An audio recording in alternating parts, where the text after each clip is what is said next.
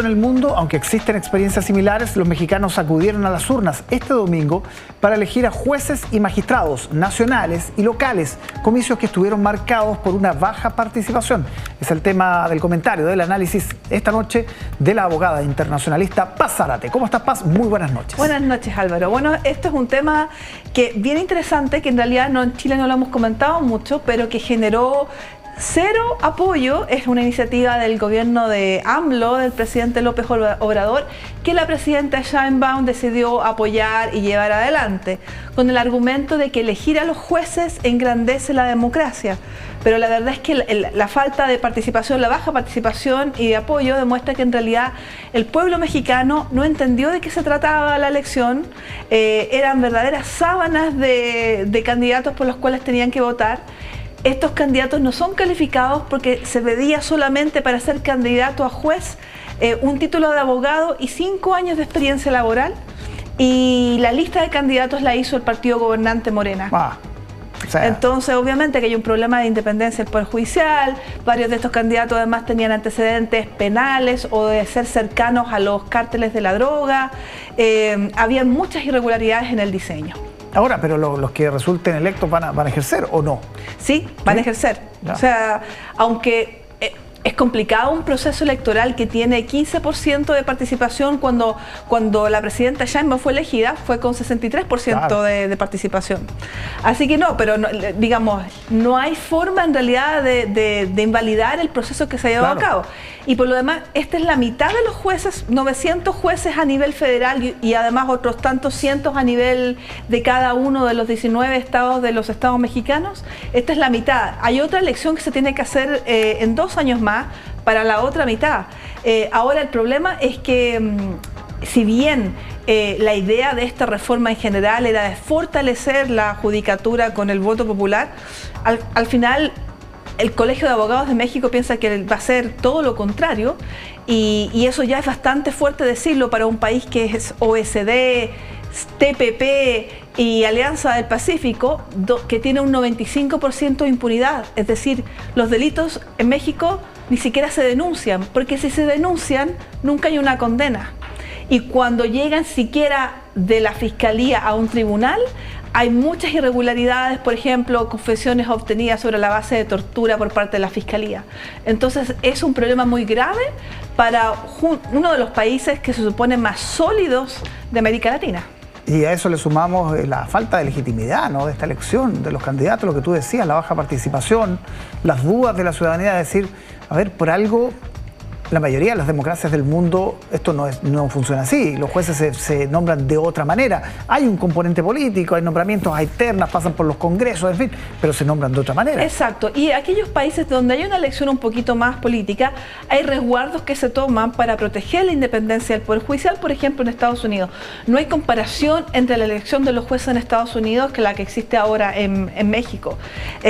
Así que en realidad esta situación viene arrastrándose hace mucho tiempo. Yo, por ejemplo, esta tasa que yo le digo de impunidad, yo la vengo siguiendo hace 15 años, y también hay que decir que dentro de los crímenes que no se investigan está la desaparición forzada. Todos los días desaparecen en México 40 personas que nadie está buscando. Son miles a esta altura. Son 125.000. Imagínate. Sí, entonces eso es un delito, uno de los símbolos que habla que hay una descomposición institucional de México, y esto antes de esta elección politizada en realidad de la judicatura.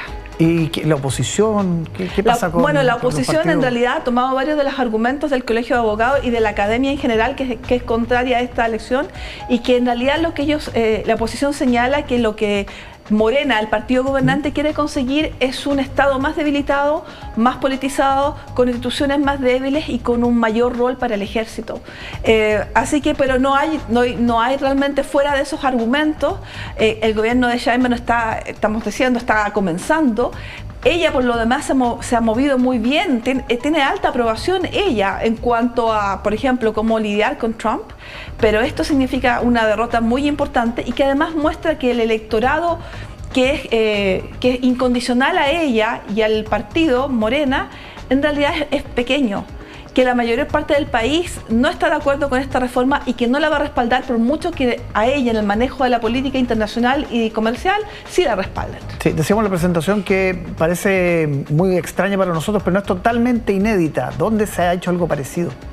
Lo que te mencionaba, en Estados Unidos, por ejemplo, es un país donde los jueces sí se eligen en cierto nivel, por ejemplo, en primera instancia, pero no así. Claro, jamás, no, porque ahí se toman ciertos resguardos. Entonces, pero la mayoría de las democracias se estima que para ser juez se requiere mucha experiencia y muchas calificaciones y que no le corresponde al electorado estar juzgando eso. Entonces, ahora lo que tienes es un poder judicial politizado y que además existe a través del financiamiento ilegal de la política, porque el Estado no financia estas campañas y el sector privado se supone que tampoco, pero por debajo de la mesa hay mucho financiamiento ilegal y por esa vía la independencia del Poder Judicial se hace humo. El mayor problema es lo que tú decías, ¿no? El nivel de impunidad que ya es del 95% que va a aumentar. O sea... Por supuesto. Entonces, los pronósticos para México siempre han sido reservados respecto a cómo iba a funcionar esta reforma, pero digamos, la baja participación, porque esto ocurrió ayer, es un indicador de que el electorado efectivamente no respaldó esta idea y no hay nadie que piense que haya sido una buena idea. ¿Cómo dar vuelta atrás? Eso la verdad no se sabe, pero la baja participación es muy dramática e indica que el electorado efectivamente estuvo de acuerdo con los académicos y con el Colegio de Abogados. Ahora, ¿Sheinbaum lo hizo con convicción o lo hizo de alguna manera por lealtad a AMLO? La lealtad de la presidenta Sheinbaum con AMLO ha sido bastante grande desde el inicio. Así que sí, yo creo que bueno, la convicción es difícil juzgarla, pero sí hay un elemento de lealtad muy importante. Que quizá a ella no le beneficie continuar con esa lealtad. AMLO tuvo muchos problemas con la judicatura, muchos problemas con el Poder Judicial, y eso es lo que inspiró realmente que él quisiera hacer una elección para que los jueces se manifestaran más de acuerdo con las reformas del gobierno. Pero el tiro puede salir por la culata. Sí, vamos a ver cómo termina esta historia. Paz Zárate, muchísimas gracias por el análisis. Hasta la próxima. Sé que estás preocupado del partido del